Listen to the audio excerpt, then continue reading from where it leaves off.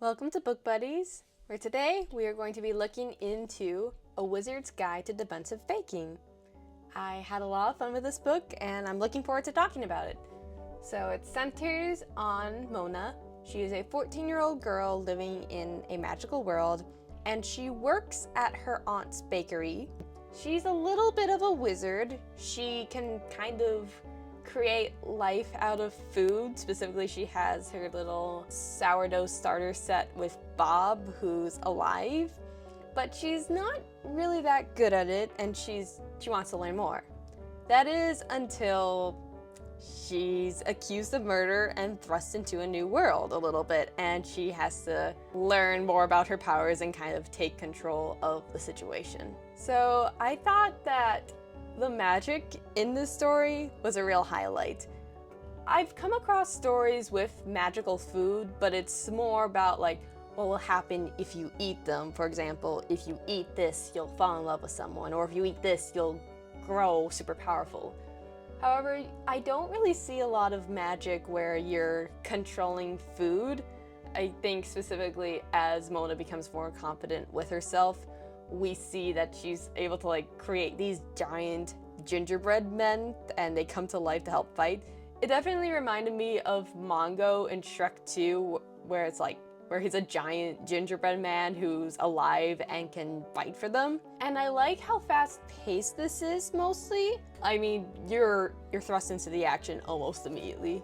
For example, this is how chapter 1 begins. There was a dead girl in my aunt's bakery. So we're immediately thrust into the action and you're wondering, what's going on? How did this happen? I will say sometimes there are moments when it's a little too fast-paced. I think there is a moment where I'm like, oh, I guess we're here now, and oh, this is happening. And I think that some characters felt maybe a little underdeveloped.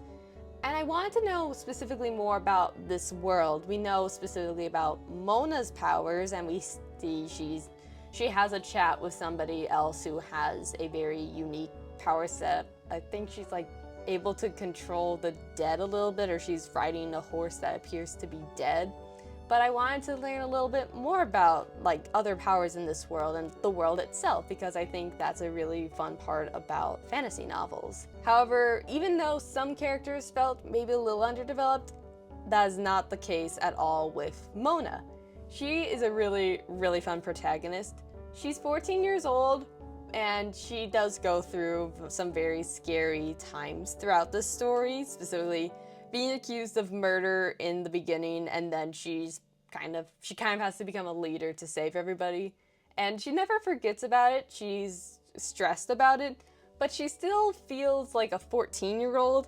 I think there are a lot of books or stories where our main character goes through a lot of stress, and even though they're a teenager, they feel like a lot older than they actually are. And yes, stress and some circumstances can lead you to act notably older than you are, but sometimes it just goes way too crazy for me. I'm like, you're 17 years old, but you're acting like you're 27. That does not feel like the case for Mona or her friend Spindle, who comes in pretty early on, and they grow a really great bond. Spindle is very clever, and he's able to help Mona out a lot, especially when she believes she can find a way to stop everything and set things right. The situation sort of reminded me of Avatar: The Last Airbender, where yes, they are children, they're going through some very scary situations and do have to probably mature a little bit faster than a lot of kids their age would,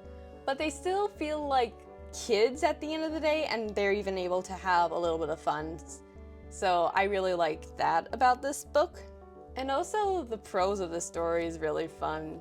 Like I mentioned earlier, it's really fast-paced and with a more fun, lighthearted main character. The narrative voice is really interesting, and you can really see exactly how Mona feels throughout the story.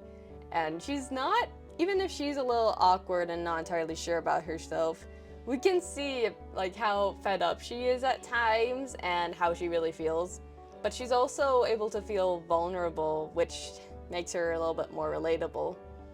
And overall, I think that this is a really fun, creative story that it's satisfying as a standalone, but I think it really does have great potential to be a series, especially if there is more of the world built out and we get to learn more about different types of magic and what else Mona could do with her new powers.